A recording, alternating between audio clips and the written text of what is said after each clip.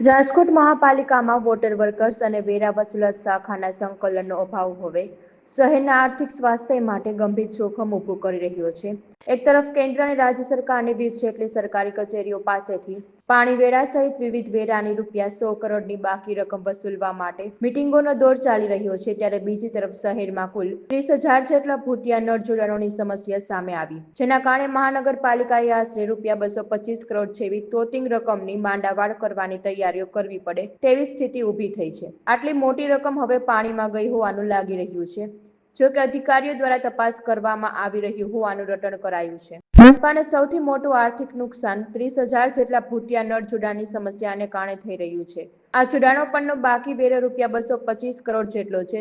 વેરા વસૂલાત શાખાના જણાવ્યા મુજબ આ ભૂતિયા નળ જોડાણની સમસ્યા મુખ્યત્વે જૂના રાજકોટના અનેક વિસ્તારોમાં વધુ જોવા મળી રહી છે. સમસ્યાની શરૂઆત વર્ષ 2018માં થઈ હતી, જ્યારે મહાનગરપાલિકાએ કાર્પેટ એરિયા આધારિત મિલકત વેરો વસૂલવાનું શરૂ કર્યું. ત્યારે મિલકત વેરાની સાથે જ પાણી વેરાની વસૂલાત સાથે થાય તે માટે વેરા બિલમાં બંને રકમ એક સાથે આપવાની શરૂઆત કરવામાં આવી હતી. જોકે આ પ્રક્રિયામાં જ્યારે બિલ આપવામાં આવ્યા ત્યારે અનેક સ્થળોએ મિલકત વેરાની રકમ કરતા પાણી વેરાની રકમ અનેક ગણી વધતા વિવાદ શરૂ થયો હતો. પાણી વેરા બાબતે આપણે જણાવું તો કુલ 47,366 કનેક્શનના કુલ 266.80 કરોડ જેટલી રકમ જે છે એ કુલ વસૂલવા પાત્ર બાકી છે. ગવર્મેન્ટની ખાસ કરીને જણાવું તો જે મુખ્ય કચેરીઓ જે છે, કલેક્ટર ઓફિસ છે, પીડબ્લ્યુડી છે, સિટી પોલીસ છે, આવી રીતે કુલ જે મુખ્ય 5 કચેરીઓનો કુલ અંદાજિત 20 કરોડ જેટલો જે છે એ પાણી વેરો જે વસૂલવાનો બાકી છે. આપને જણાવું તો કુલ 47,366 કનેક્શન પૈકી અંદાજિત 17,000 જેવી મિલકતો છે કે જે રેગ્યુલર જે છે વેરો ભરપાઈ કરતા હોય છે. આ મિલકતો એવી છે કે જ્યાં કોઈને પાણીના સંપ કનેક્શન લીધેલા હોય અથવા જૂની કોઈ મિલકતો હોય કે જેમાં પોતાનો મિલકત નંબર જે છે એ કોઈ પણ કારણોસર જે છે પાણી વેરા સાથે મર્જ ના થયેલો હોય, આવી મિલકતો જે છે એમનો રેગ્યુલર વેરો વસૂલવામાં આવતો હોય છે.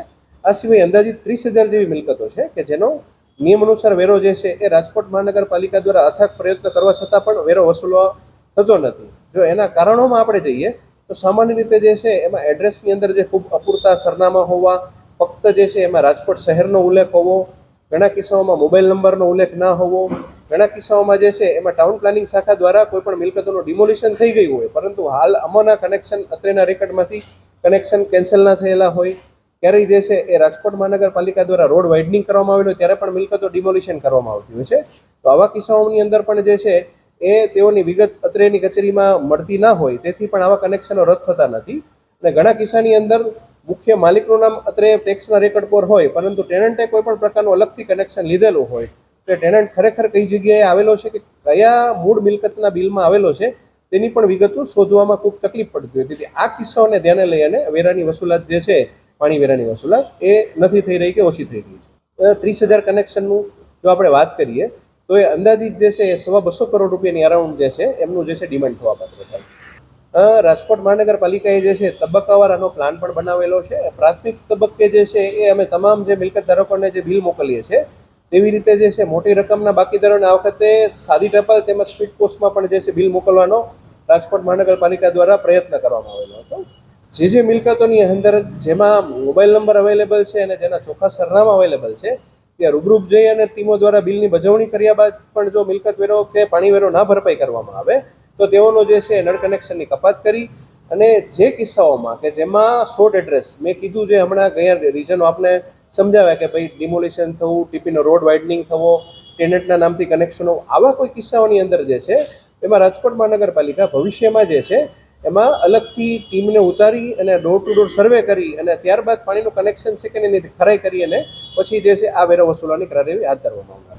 સરકારી વેરા વસૂલવા માટે થઈ અને એનું જે આખું અલગ મિકેનિઝમ જે છે એ કોર્પોરેશન દ્વારા બનાવવામાં આવેલું છે. સરકારી કચેરીઓ સામાન્ય રીતે રોજબરોજ તમામને ઉપયોગમાં લેવાતી કચેરીઓ હોય છે.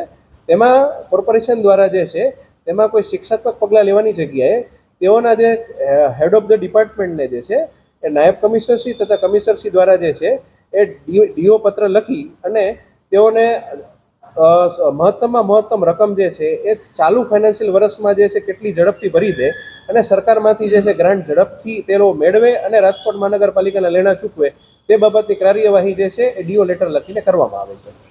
આપને જે માંડવડ કરવાની જે વાત છે એ અત્યારે તો ખૂબ અર્લી સ્ટેજમાં કે ખૂબ જ જે પ્રાથમિક દ્રષ્ટિએ અત્યારે તો માંડવડ કરવાનું પૂરતું લાગતું નથી.